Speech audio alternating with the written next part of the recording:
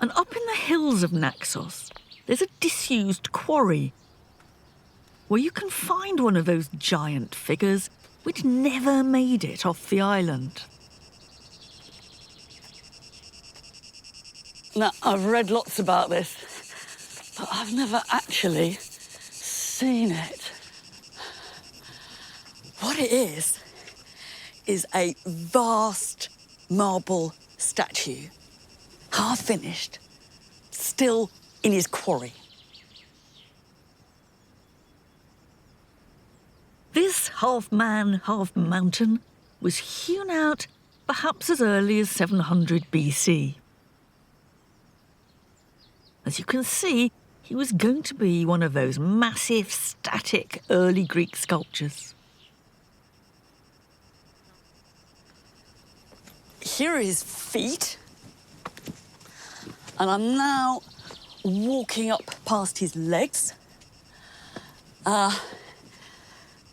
This thing here, this must be his outstretched arm. And then right up here, we come to his head.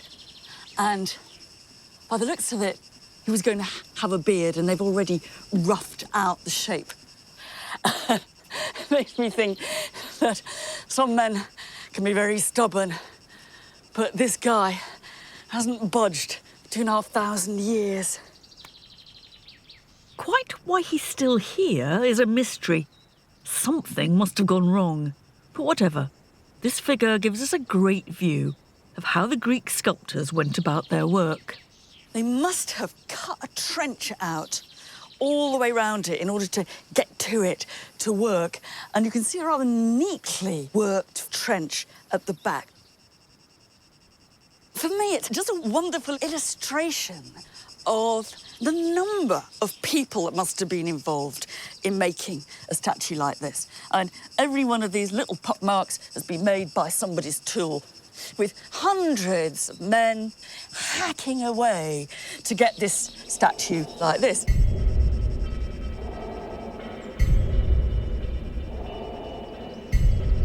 I find it a bit sort of weirdly surreal, but his feet make an extremely nice place to sit. Forever lying here in repose, he's a remnant of a style that the Greeks were soon to leave behind. Because shortly after he'd been abandoned, Greek sculptors developed an astonishing new style that was distinctly their own.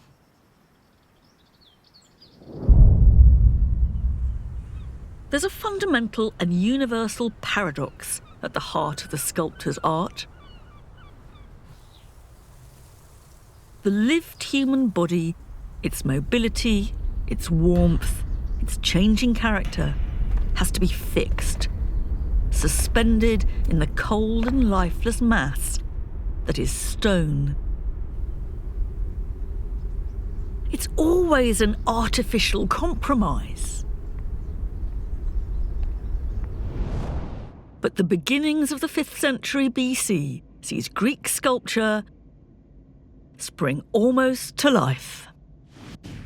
The rigid figures of the past give way to daring experiments in form,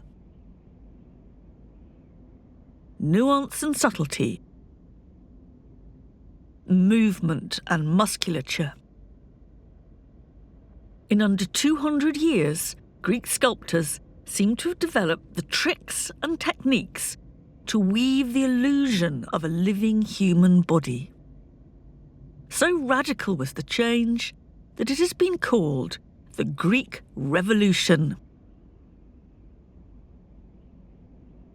The exact cause of this revolution is one of the great mysteries of the history of art.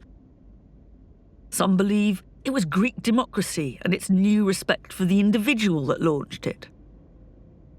Others, that Greek artists just got better. In truth, we don't know. But whatever the cause is, over the next centuries, it was to have some truly astonishing artistic consequences.